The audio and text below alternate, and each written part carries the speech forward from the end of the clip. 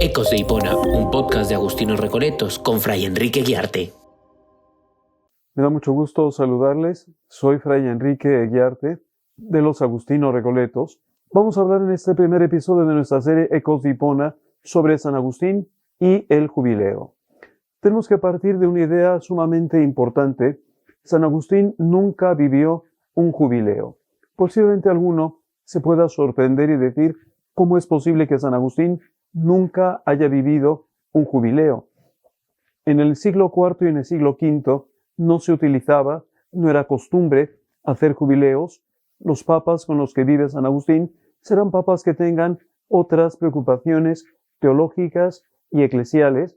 Recordemos sobre todo al Papa Liberio, quien tuvo grandes problemas con los arrianos. Liberio era el Papa cuando nace San Agustín. Recordemos también el caso del Papa San Dámaso, que es el segundo Papa al que le toca convivir con San Agustín prácticamente hasta el momento del viaje de San Agustín a la ciudad de Roma. San Agustín viaja a Roma el año 383, el Papa San Dámaso muere el año 384, por lo tanto, él convive y vive en la Roma del Papa San Dámaso por un año. El Papa San Dámaso es el gran reformador de la Iglesia romana, expulsa de la Iglesia de Roma a los donatistas, expulsa a otros grupos que no pertenecían a la Iglesia católica, buscando la unidad de la Iglesia y procurando dar una gran visibilidad a la Iglesia católica. Él se dedicará a decorar las catacumbas de los mártires para resaltar la importancia que el mártir tiene en la vida de los cristianos. Posteriormente, San Agustín, cuando sea ordenado tanto presbítero como obispo, le tocará el gobierno del Papa Cilicio, un papa que condenará a uno de los enemigos de San Agustín, que este enemigo de San Agustín decía que todos los tipos de vida eran iguales y que tenía mucho más mérito la vida matrimonial que la vida religiosa. Será condenado por el Papa Cilicio y, como digo, respaldará las ideas agustinianas que en aquel momento estaba recién ordenado como presbítero y como obispo. Pero sobre todo las relaciones de San Agustín con los papas serán mucho más cercanas en la polémica pelagiana con el Papa Inocencio I. Papa Inocencio I, en el año 417, condena a los pelagianos. Pero esa condena será una condena superficial, una condena más que nada temporal, porque el Papa que lo sucede, que es el Papa Zófimo, en el año 418, absuelve a los pelagianos. San Agustín tendrá que ingeniárselas para relacionarse de una manera más cercana con el pontífice romano y conseguir la condena de los pelagianos. Finalmente, San Agustín, utilizando todos sus recursos, consigue que el Papa Zósimo, en el año 418, condene a los pelagianos. Finalmente, San Agustín tiene relación con un presbítero de la Iglesia de Roma, llamado Sixto, que se convertirá después en el Papa Sixto III, del que curiosamente conservamos un arco que recuerda a Sixto III en la Basílica de Santa María Mayor. Todavía hoy se conserva este arco decorado con mosaicos que procede de la época del Papa Sixto III y cuyo nombre está escrito allí. Pero todos estos papas con los que San Agustín tiene relación nunca convocaron un jubileo. Podríamos preguntarnos por la razón por la que no se convocó este jubileo. Como decía antes, las preocupaciones de los papas eran diversas, eran diferentes, en un momento de la Iglesia en la cual se estaban consolidando los elementos fundamentales de la Iglesia católica después de los siglos de la persecución. Era el primer momento de la paz constantiniana, por lo tanto, la Iglesia tenía otras preocupaciones. El primer jubileo será el jubileo del año 1300, por lo tanto, muchos años después de la muerte de San Agustín. San Agustín, como sabemos, muere el día 28 de agosto del año 430.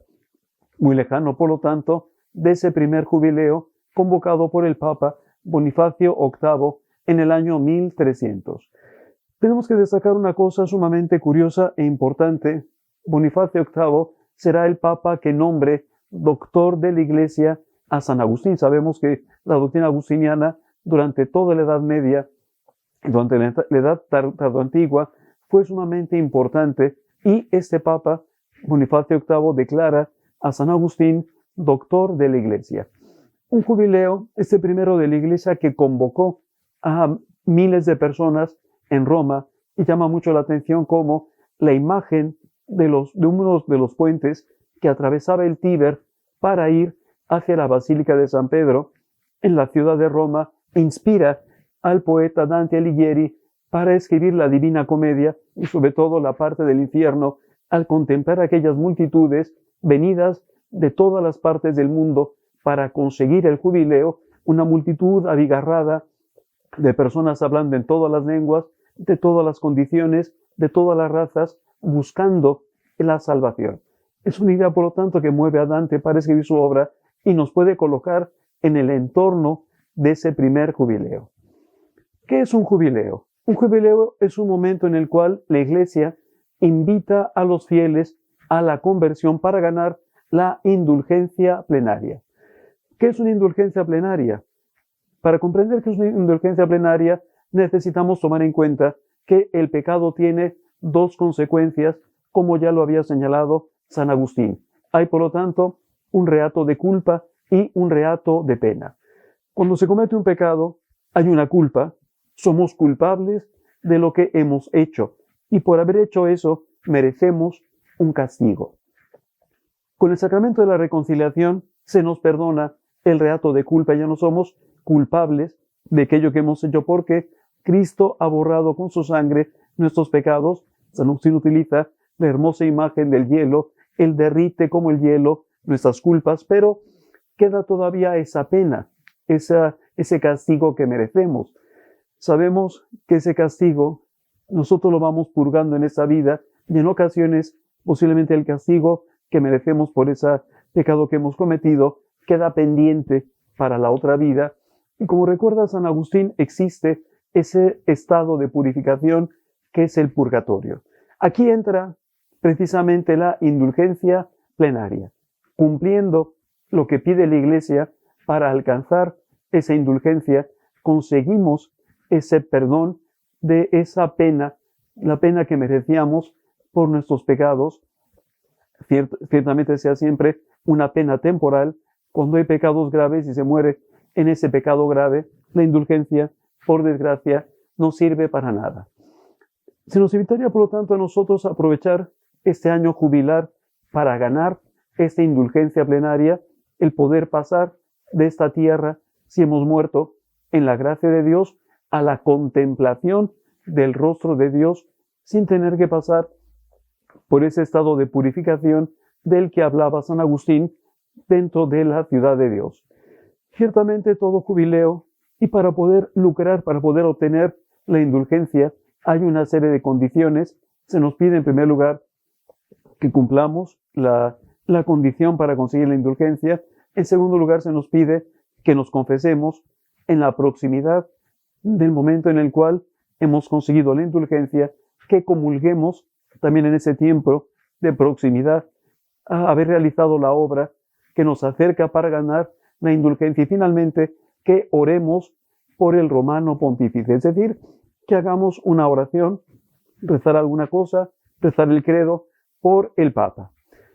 Haciendo esto conseguimos la indulgencia. Ojalá que ahora, en este año santo, en ese año jubilar, donde se nos invita a los católicos a poder conseguir la indulgencia, realicemos esas acciones y consigamos esa indulgencia de nuestros pecados, para que al morir podamos entrar a contemplar ese rostro de Dios. Me ha dado mucho gusto estar con ustedes. Soy Enrique Guiarte, los Agustinos Recoletos, y les espero en nuestro siguiente episodio de Ecos de Hipona. Ecos de Hipona, un podcast de Agustinos Recoletos con Fray Enrique Guiarte.